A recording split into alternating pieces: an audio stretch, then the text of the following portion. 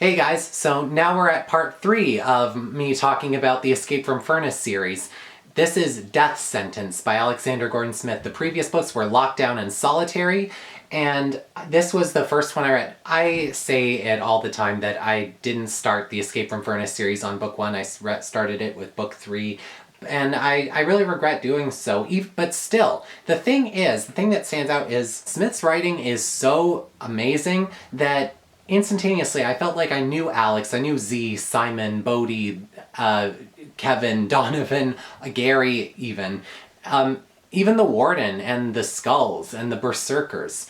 And I automatically latched onto the feel of terror of being locked up for life, especially in this hellhole that was Furnace. So after 2 failed escape attempts, the Warden is seizing Alex, he's making him into a soldier of Furnace, he's trying to turn him basically into one of the monsters that Alex was scared of when he was back in Gen Pop, the ones that would come out at night, the ones that snatched some people away. Alex really tries to refrain from it, but there's only so much one can take. The Warden ends up forcing him to watch a lot of old films of people being shot, people being brutalized. Sooner or later, Alex realizes he can't get out of this prison the way he is, and also the world really didn't treat him fair when he was sent down here for life, and his parents didn't try hard enough, and there's a judge who's having a pretty good life right now that sentenced him to life in prison, and he all of a sudden turns really mad. Warden ends up doing something to him that really transforms him,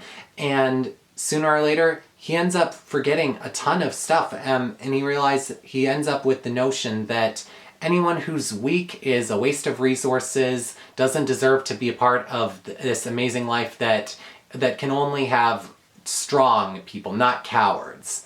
Now, Alexander Gordon Smith just keeps going on and on, not in a bad way. He really knows how to get under people's skin by really talking about their worst fears, not just spiders or sharks, but being locked up for life, being suffocated, losing everything you ever knew, and losing yourself, even your name. And the Warden ends up trying to spin it in a good way, and Alex ends up falling for it. The nectar that ends up coursing through him has something to do with it. As he is transformed from this guy who was constantly beat up around Furnace, who couldn't win in a fight, who was honestly a bully up top, but honestly down in Furnace just a scared little kid who just wants to be loved and just wants to escape, to breathe fresh air, doesn't want to hurt anyone ever again. Seeing him transformed into, well, in the 4th book he's referred to as Shrek's uglier brother, I can really picture it in my head, especially Smith's notion of him having swam in grape juice from how he ends up looking.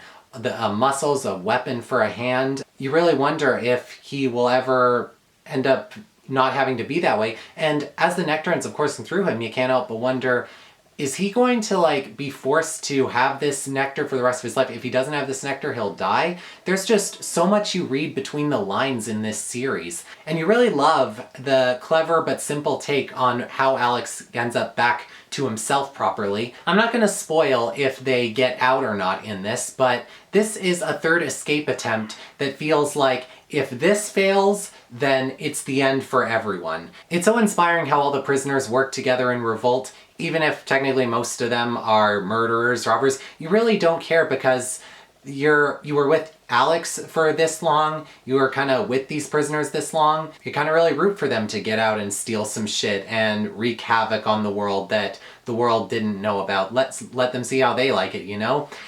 I got to admit that made me sound pretty sadistic.